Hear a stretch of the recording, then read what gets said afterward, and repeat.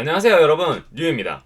오늘은 제가 문의 메일을 몇 개 확인하다 보니까 JLPT 시험 문의 메일이 굉장히 많아가지고 좀 당혹스러웠는데 찾아보니까 이제 시험이 20일밖에 안 남았더라고요. 20일밖에 안 남은 이 시점에서 어떤 식으로 공부를 하는 것이 옳은 것인가 라고 하는 질문들이 굉장히 많이 들어왔었어요. 사실 이 질문에 대해서 제가 대답해드리기가 굉장히 곤란한 게, 저는 JLPT 시험을 딱 한 번만 봤는 데다가 기본적으로 저의 주장은 JLPT 시험을 별로 옹호하지 않는 주장을 많이 했었기 때문에 제가 이 자리에서 JLPT 시험을 어떤 식으로 공부를 해라 라고 말하는 게 과연 옳은 건지는 잘 모르겠어요.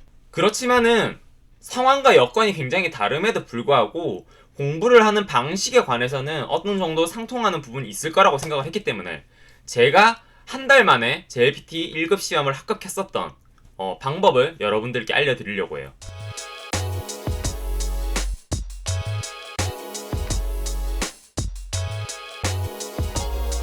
자, 제가 JLPT 시험을 봤던 것은 N1을 2012년에 지금 이맘때쯤부터 공부를 해가지고 지금보다 한 10일 정도 전이겠죠? 거의 11월 1일 전후로 공부를 시작해가지고 이제 그 당시에 시험을 봤었어요. 근데 한 달 동안 공부를 할 수밖에 없었던 이유 중에 하나가, 보통 여러분들도 그렇겠지만은 시험 신청을 해놓고 한 3달이나 2달 전부터 공부를 시작하잖아요. 근데 제가 2달 전쯤에 이제 차였어요. 차여가지고 그것도 꽤 갑작스럽게 또 다른 사람이 생겼다는 말을 갑작스럽게 전해 들어가지고 상심한 상태에서 시련의 아픔을 어떻게 견디지 못하고 허덕이다가 정신을 차리고 이제 공부를 시작했던 게 시험이 한 달 남은 시점이었는데, JLPT 시험을 본 적도 없고 시험이 한 달밖에 안 남았어가지고 이걸 어떤 식으로 공부를 해야 될지 저도 되게 감이 안 잡혔었거든요. 왜냐하면은 저는 회화 위주의 공부를 줄곧 해왔었기 때문에 사실 말하면 N1 시험에 나오는 어휘들 같은 경우는 잘 몰랐어요. 그냥 보면 대충 알긴 알겠지만은 정확하게 내가 이 어휘들을 알고 있고 JLPT N1 시험에 나온 어휘들 리스트를 쭉 봤을 때 여기에 나오는 어휘들을 대부분 알고 있다라고 말하기는 힘든 상태였어요. 지금도 그렇지만은 JLPT 교재 같은 경우에는 이제 실생활에서 쓰이는 어휘들과 굉장히 거리감이 좀 있는 어휘들이 많기 때문에, 그리고 저는 회화 위주로 공부를 했었기 때문에 회화에서는 한어를 많이 안 쓰잖아요. 그래서 그런 것들을 보면서 이걸 어떻게 공부해야 되나 되게 망연자실했었던 기억이 있는데, 그때 제가 택했던 방법을 여러분들에게 알려드릴게요. 자, 제가 말씀드리는 것은 어디까지나 독학을 하시는 분들이 참고를 해주셨으면 해요. 왜냐하면은 JLPT를 독학으로 안 하시는 분들, 학원에 다니시거나 혹은 다른 곳에서 강의를 들으시는 분들은 거기에서 이미 저보다 훨씬 더 전문적으로 프로페셔널하게 그 JLPT 시험을 가르쳐 주시고 준비를 해오신 분들이기 때문에 제 의견 따위는 별로 도움이 안 될 수도 있으니까요. 만약에 그분들의 말씀과 상충하는 부분이 있다면 그분들의 말씀을 우선하시는 게 좋을 수도 있어요. 이거는 반드시 말씀드리고 넘어가야 될 것 같아서 말씀드려요. 자, 첫 번째, 여러분들이 지금 가장 먼저 시급하게 하셔야 될 거는 당장 서점에 가셔가지고 모의고사 문제집, 기출문제집을 사시는 거예요.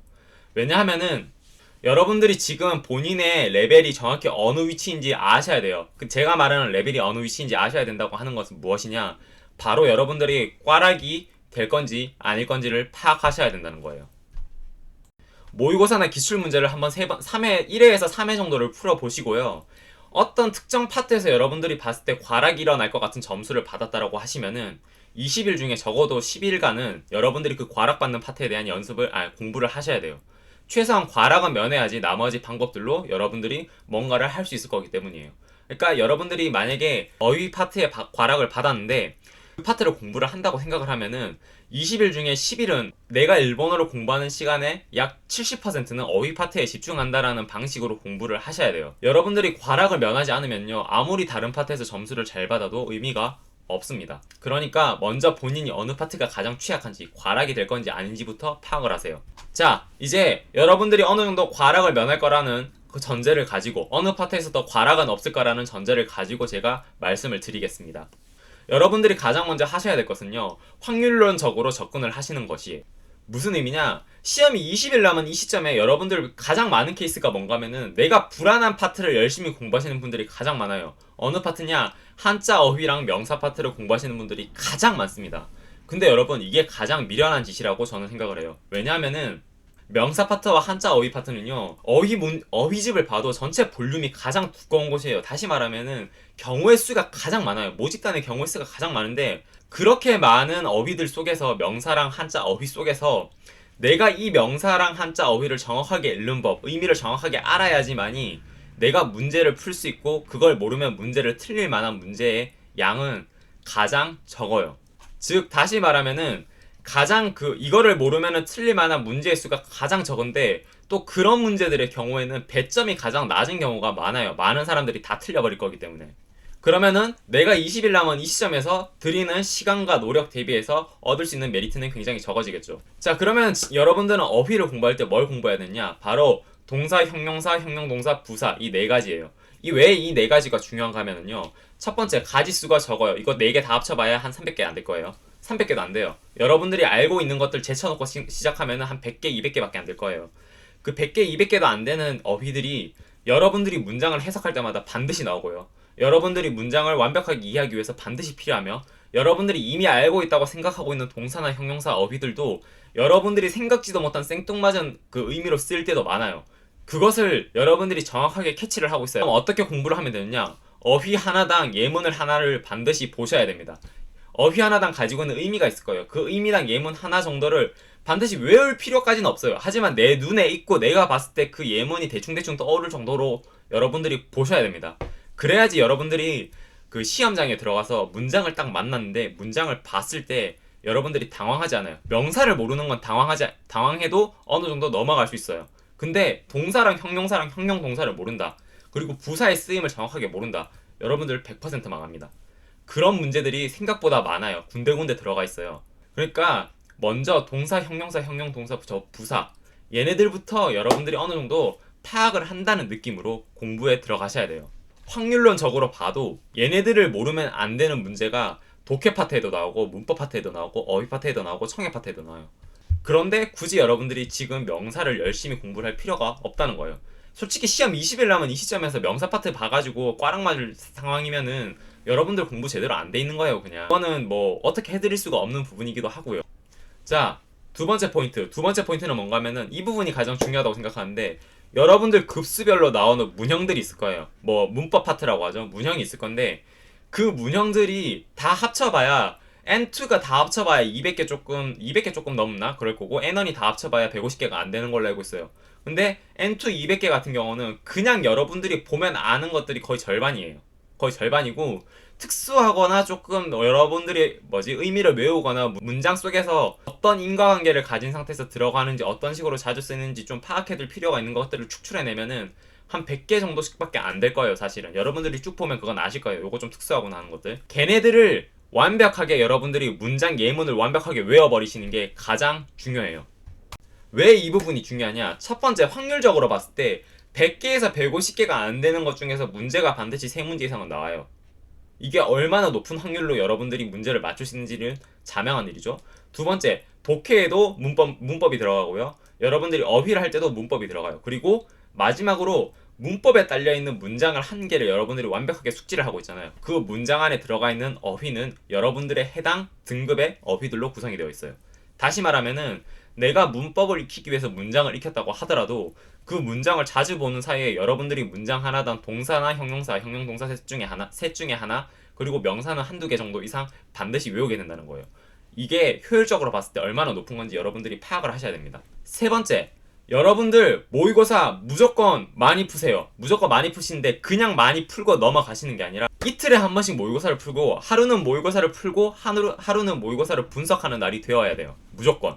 뭐 길게 잡으면 처음에 3일 동안, 그러니까 첫 주 10일 동안 모의고사 3개에서 4개 정도 풀고 그 다음 주 10일 동안 모의고사 4개에서 5개 정도 푼다는 생각으로 여러분들이 준비를 하셔야 돼요. 자, 그럼 모의고사를 어떤 식으로 풀어야 되느냐? 첫 번째, 어휘 파트나 문법 파트 같은 경우들은 문법 파트 같은 경우들은 여러분들이 틀린 것들을 반드시 체크해서 외워두셔야 돼요. 그건 여러분들이 완벽하게 모르는 것들이니까요. 이 파트들은 솔직히 풀어보면은 내가 어휘를 얼마나 알고 어휘를 얼마나 모르고 이런 것들이 파악되는 파트이기 때문에 그냥 풀고 틀린 거 잘 모르는 거 헷갈리는 거 체크해 두셨다가 그냥 외워두시면 돼요. 뽑아가지고. 이거는 뭐 많이 풀면 많이 풀수록 여러분들이 모르는 것들은 알게 되고 아는 것들은 더 잘 알게 되니까 좋은 것이죠. 자, 모의고사 풀면서 여러분들이 특히 주의하셔야 될 파트는 독해 파트인데요. 왜 독해 파트냐? JLPT 1급 특히 보시는 분들 독해 파트에서 많이 틀릴 거예요. 많이 약하신 분들이 있는데 왜 약하신가 하면은요. 대부분의 분들이요, 해석이 안 돼서 약하시는 게 아니에요. 해석이 안 돼서 문제를 틀리는 게 아니라 해석은 다 했는데 의미는 다 알고 내용은 다 파악했는데 문제 들어가면 틀려요. 왜냐면은 제 PT 1급이나 2급 같은 경우는 해석을 하는 파트가 아니라 해석을 한 내용을 내가 얼마만큼 정확하게 파악하고 있는가를 묻는 문제들이 많이 나오기 때문에 그래요.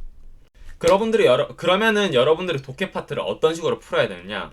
첫 번째는요, 문제를 먼저 보는 습관부터 들이세요. 문제를 먼저 보는 습관. 시험 들어가면은 독해 파트 들어가면요, 양이 많아 보이니까 여러분들이 막 급하게 풀어요.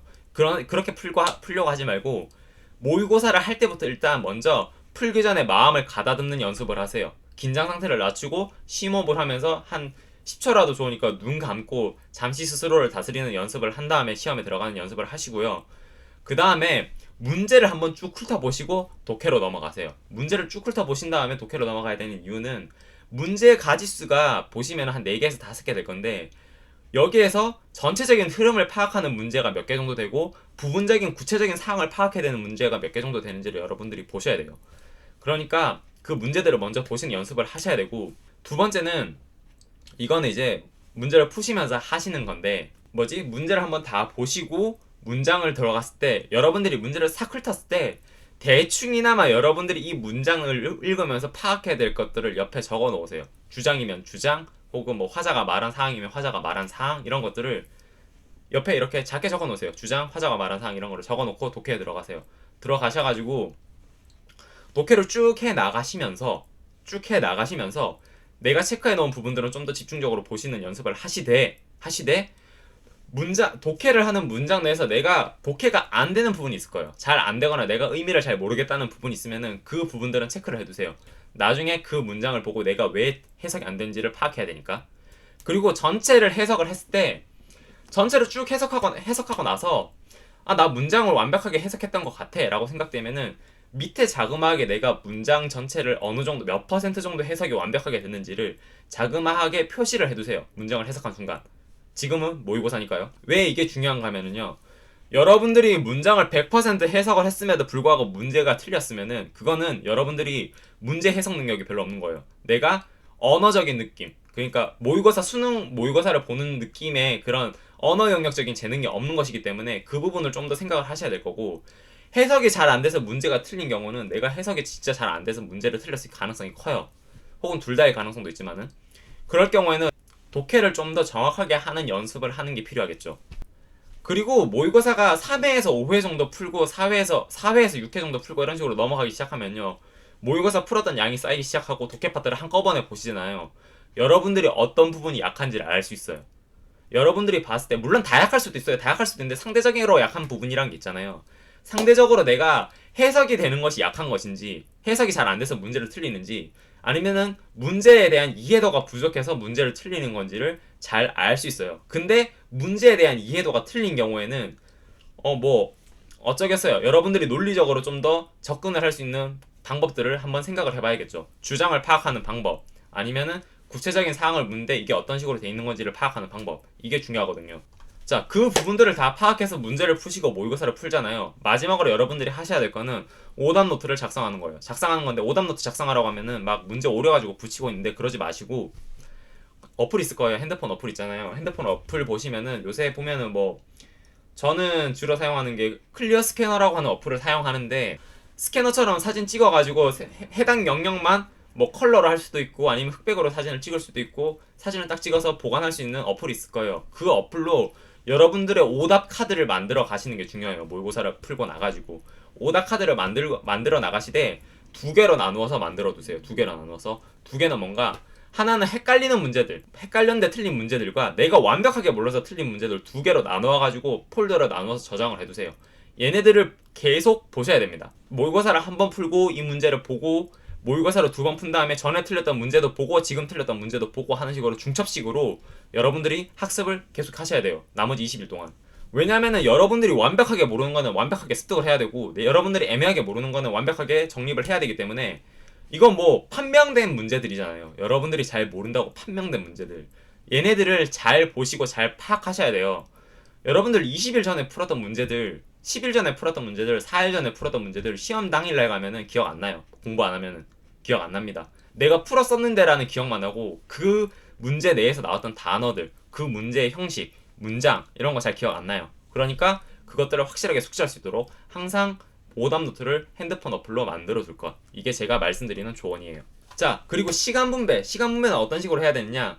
20일이 남았잖아요. 20일이 남았으면은 처음 10일 동안은 모의고사 풀이 하는 것보다는 제가 말씀드렸던 어휘라든가 문형을 익히는데 집중을 하세요. 그 부분이 더 좋아요. 앞부분의 10일은 모의고사 한 3번에서 4번 정도만 풀면 되시고, 문형의 예문들 외우시는 거, 그리고 동사 어휘, 형용사 어휘, 부사 어휘 이런 거 외우시는 거, 동시에 모의고사 한 3회, 4회 풀면서 틀렸던 명사 어휘들 같이 외워두시는 거. 요것들만 하셔도 여러분들이 되게 빡빡하실 수도 있어요. 너무 빡빡하다고 생각되시는 경우에는 어휘 파트는 버려요. 왜냐면은 시험 문제 풀면서 어차피 모르는 어휘는 체크하게 될 거니까. 문형 파트랑 모의고사만 그럼 너무 시간이 없어서 뭐 직장인이시거나 이런 분들은 그 부분만 하시고, 특히 직장인이시거나 내가 뭐 아르바이트를 한다든지 뭘 한다든지 해가지고 낮 시간 동안 일정 시간 동안 뭐 공부를 못하는 상황이라고 하시면은 문형에 있는 문장들 있잖아요. 문형 문장들. 그 문장들 한 10개씩만 뽑아가지고 일하시면서 중간중간에 보시면서 그냥 중얼중얼거리면서 외워두세요. 그것만 하셔도 여러분들이 시험 보실 때 생각보다 많이 편해지실 거예요.